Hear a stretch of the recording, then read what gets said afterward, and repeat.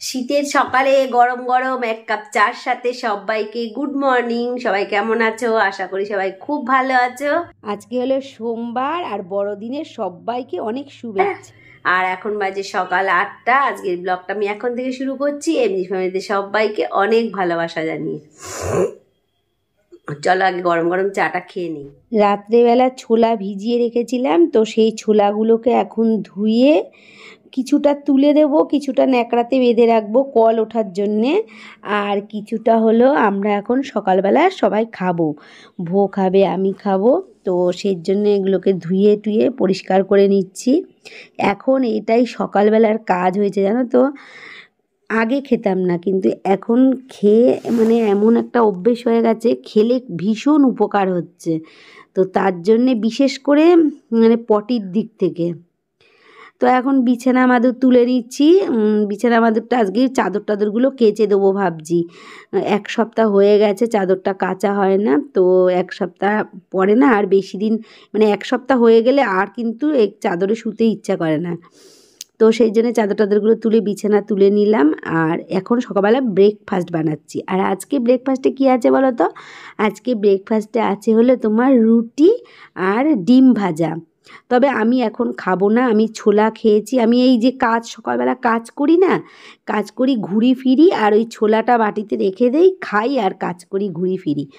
তো আমি এখন আর ভাত মানে রুটিও খাবো না, ওদেরকে দেবো শুধু।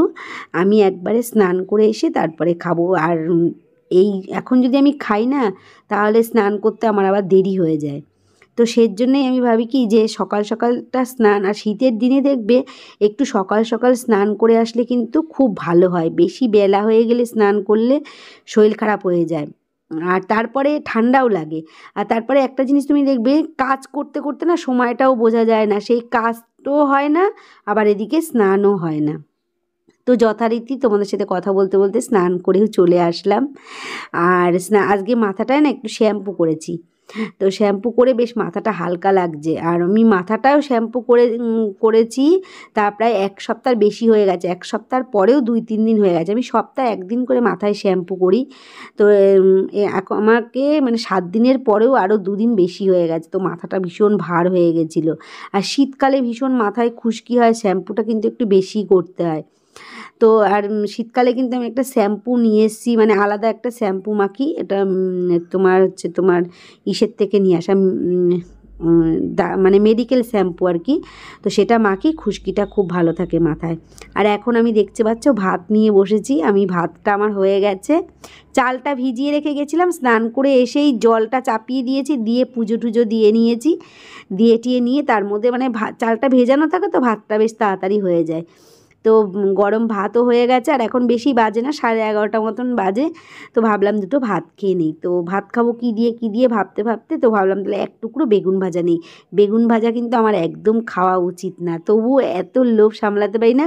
তবে আমি কিন্তু একদম জাস্ট একটা টুকরো নিয়েছি, ওই একটা টুকরোতেই আর কি যেটুকু তেল, আর একটা কাঁচা লঙ্কা নিলাম, নিয়ে এই দিয়ে আমি ভাতটা এখন খেয়ে নেব। ভাতটা খেয়ে তারপরে রান্নাবাড়িটা শুরু করব। আর এদিকে সব কিছু ধুয়ে মুছে গুছিয়ে মোটামুটি রেখেছি আমি। তো ভাতটা আগে খেয়ে নেই ভাবলাম। ভাতটা নিয়ে বসে পড়েছি, আর গরম গরম ভাত আর বেগুন ভাজা, তার সাথে কাঁচা লঙ্কা। যারা খাও তারা কিন্তু সবাই জানো যে কেমন লাগে। আর আমাদের মেয়েদের কিন্তু সত্যি কথা বলতে কি কোনো কিন্তু ঝামেলা নেই খেতে, বলো। রান্নাবাড়ি এদিকে সবাই বলবে যে আমরা খাওয়ার জন্যেই রান্না করি, কিন্তু দেখো আমাদের একটুখানি কিছু হলেই কিন্তু খাওয়া হয়ে যায়। তবে জানি না কার এরকম হয়, কিন্তু আমরা আমাদের মতন মধ্যবিত্ত ফ্যামিলিতে আমাদের ছোটোবেলা থেকেই এরকমভাবেই খাওয়া দাওয়ার, এরকমভাবেই কোনো অসুবিধা নেই। আলু সিদ্ধ ভাত, ভাজাভুজি। আর ভাজাভুজিটা তো আমাদের মেয়েদের সবথেকে স্পেশাল জিনিস, বিশেষ করে মেয়েদের সবথেকে স্পেশাল জিনিস কিন্তু ভাজাভুজি।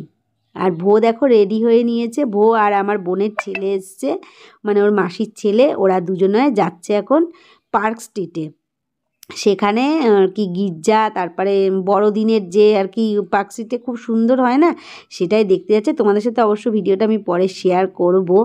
তো ওকে করে নিয়ে আসতে বলেছি আমি, সেটা আর আজকে দেখানো হবে না। তো এখন সন্ধে হয়ে গেছে, সন্ধেবেলা আমিও কিন্তু ঘরে বসে নেই, আমিও কিন্তু বেরিয়ে পড়েছি। ওরা বাড়িতে কেউ নেই, তো আমি একা একাই ছিলাম। বোন ফোন করলো, আমার মেজো বোন, তো বলল যে আমাদের এখানেও একটা চার্চ আছে, তো সেই চার্চে যাবি? তাই বললাম তাহলে চল। তো চলে আসলাম, দেখো চার্চে আমরা এসছি গাড়ি করে, আমাদের এখান থেকে একটু দূর আছে। তো আমি এই ফার্স্ট টাইম আসলাম মানে 25শে ডিসেম্বর চার্চে। তো আমাদের এখানেও যে এত পরিমাণে লোক বেরিয়েছে আর এত পরিমাণে, আমি তোমাদের আগের ভিডিওটাতে বলেছিলাম যে মানুষ এখন আনন্দ করতে পারলে ছাড়ে না।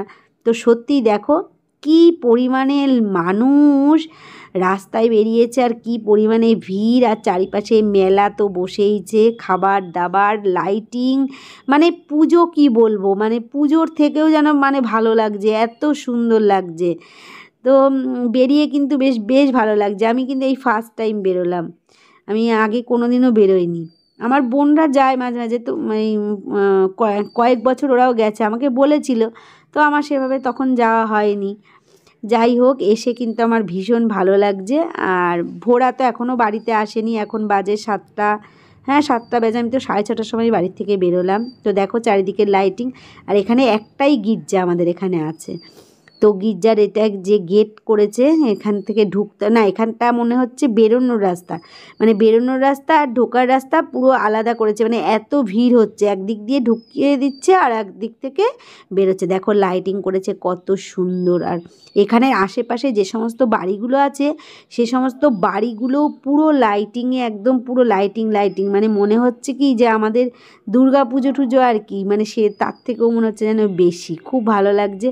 আর সবাই মিলে গেছি, অনেকেই গেছি আমরা, আমার মেজো বোনের মানে বোনের পাড়ার লোকেরা, তারপরে আমরা সবাই মিলে বেশ ভালোই মজা করছি। আর এখন কিন্তু আমরা চার্চের মধ্যে ঢুকছি। তো চলো চার্চের মধ্যে, আবার এখানটায় আমাদের যে পুজোতে যেরকম করে না, গেট করে না যে দাঁড় করিয়ে, কিছু লোক ঢোকায় আবার কিছু লোক বাইরে থাকে, তো সেরকমই করেছে, মানে একবারে এত লোক ঢোকাচ্ছে না, কারণ ওর মধ্যে অসুবিধা হতে পারে। যাই হোক, আমি জানি না, প্রথমবার আসলাম, ঢুকে দেখলেই তারপরেই বুঝতে পারবো।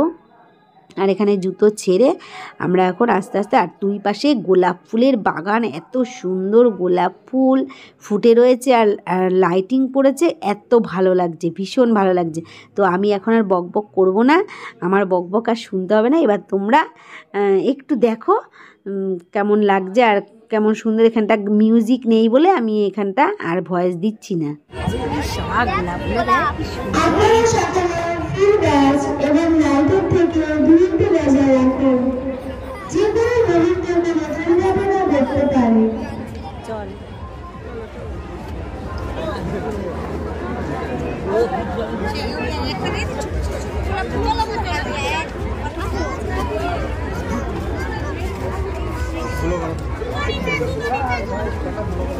দেখি তুমি যাই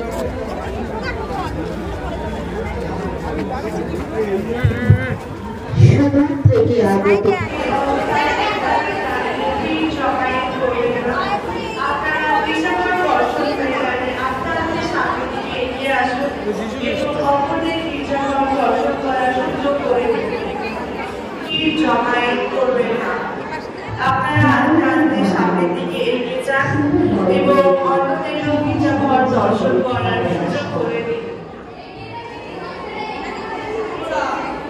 আপনারা আস্তে সামনের দিকে এগিয়ে যাবেন।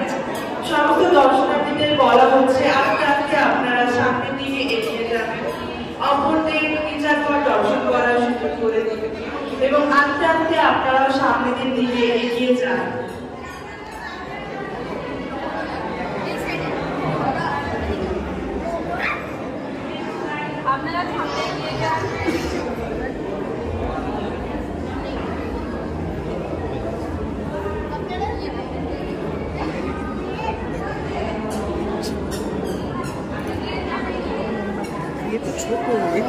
সামনে তো সামনে দেখেছি, এই যে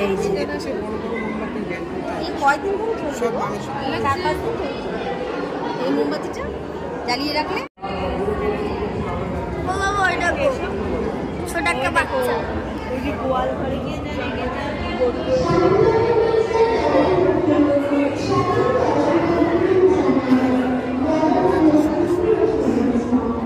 তো আমাদের দেখাশোনা কমপ্লিট হয়ে গেছে। এইবারে দেখো চারিপাশে দেখো সব বাড়িগুলোতে কত কি সুন্দর লাইটিং করেছে।